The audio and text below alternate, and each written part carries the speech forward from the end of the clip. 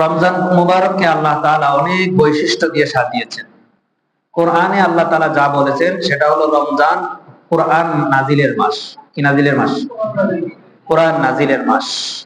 সেই হিসাবে রমজানে আমার আপনার যেন কোরআনের সাথে সম্পর্ক হয়। কোরআনের সাথে যদি রমজানের সম্পর্ক না হয়, তাহলে বুঝতে হবে আমার দ্বারা রমজানের হক আদায় হচ্ছে না। কারণ প্রত্যেক জিনিসের নির্দিষ্ট একটা দাবি আছে। মসজিদের দাবি হলে এখানে ইবাদত হবে। এখানে যদি ইবাদত না হয়, অন্য কিছু হয়, তাহলে মসজিদের আর দাবি থাকে না। থাকে দাবি থাকে না। তো রমজানের দাবি হলো এটা, যে এটা কোরআন নাজিলের মাস। শাহরু রমাদান আল্লাযী উনজিলা ফীহিল কোরআন। এই মাস হলো রমজান মাস, আর এই মাসে আল্লাহ কোরআন নাজিল করেছেন। আমি ব্যাখ্যামূলক কথা বললাম, অনুবাদ বলি নাই। তাই কোরআনের সাথে সম্পর্ক হলে বুঝতে হবে রমজানের যে আবেদন, এই আবেদনটা আমার দ্বারা পুরো হচ্ছে। যদি কোরআনের সাথে সম্পর্ক হয় না, তাহলে বুঝতে হবে আমি শুধু উপবাস থাকতেছি, আমার দ্বারা রমজানের হক আদায় হচ্ছে। 2 নাম্বার হলো রমজান মুবারককে আল্লাহ তাআলা মুমিনের জন্য রহমত, মাগফিরাত এবং জাহান্নাম থেকে মুক্তির মাস বানিয়েছেন। রহমত, আল্লাহর দয়াপ্রাপ্ত হবে।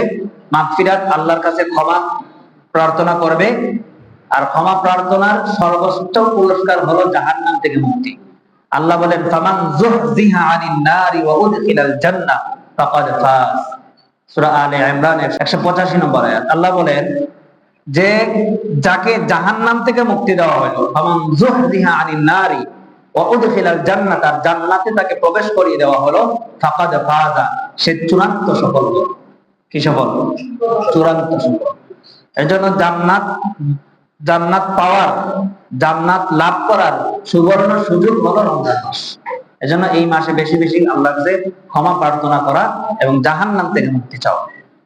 3 নাম্বার হলো আল্লাহ তাআলা রমজানে মুমিন বান্দার জন্য জান্নাতের দরওয়াজাগুলো একেবারে যেদিন থেকে রমজানের চাঁদ উদিত হবে, ওই দিন থেকে নিয়ে একেবারে রমজানের চাঁদ অস্ত যাওয়ার আগ পর্যন্ত আল্লাহ তাআলা 24 ঘন্টার জন্য রমজানের জান্নাতের দরওয়াজা ওপেন করে দেন, খুলে দেন। সুবহানাল্লাহ। বুখারী শরীফের 1899 নম্বর হাদিস, হযরত আবু হুরায়রা রাদিয়াল্লাহু আনহু থেকে বলেন, ইযা জাআ রমাদান ফুতিহাত আবওয়াবুল জান্নাহ। যখন রমজান মাসের চাঁদ উদিত হইল, রমজান প্রবেশ করলো, সাথে সাথে আল্লাহ তাআলার আদেশে জান্নাতের 8টি দরওয়াজাকে খুলে দেওয়া হয়। এই যে খুলে দেওয়া হলো, আর বন্ধ করা হয় না। কেন? আমার গুনাহগার বান্দাগুলা আমার কাছে তাদের গুনাহ প্রার্থনা করবে, জাহান্নাম থেকে মুক্তি চাইবে, জান্নাতের কামনা করবে। এরা তো আমার আপন বান্দা। মুমিন বান্দা হলো আল্লাহর অতি প্রিয় আপন বান্দা। তো আপন বান্দা, আপন মানুষ যদি বাড়িতে আসতে চায়, 24 ঘন্টার জন্যই তো দরজা খুলে রাখি। কখন জানি আসে, প্রিয় মানুষের অপেক্ষায় থাকি, গেট খুলে রাখি। কারণ সে যখন তখন যেন আসতে পারে। প্রিয় মানুষ, কি মানুষ? প্রিয়। তো আমি আপনি মুমিন বান্দা হলো আল্লাহর প্রিয় বান্দা। কি বান্দা? আর যে মুমিন না, সে আল্লাহর প্রিয় বান্দা না। এজন্য আল্লাহ বলছেন, ইয়া আইয়ুহাল্লাযীনা আমানু, এই ঈমানওয়ালারা, কুতিবা আলাইকুমুস সিয়াম, তোমাদের উপরে রোজা ফরজ করেছি। বলতে তো পারতেন হে দুনিয়ার মানুষেরা, বলতে পারতেন কিনা? না বলে ঈমানদার কেন বললেন? কারণ ঈমানদার আল্লাহর বিশেষ প্রিয় বান্দা, বিশেষ প্রিয় বান্দা। এর জন্য জান্নাতের দরওয়াজা রমজানে খোলা হয়।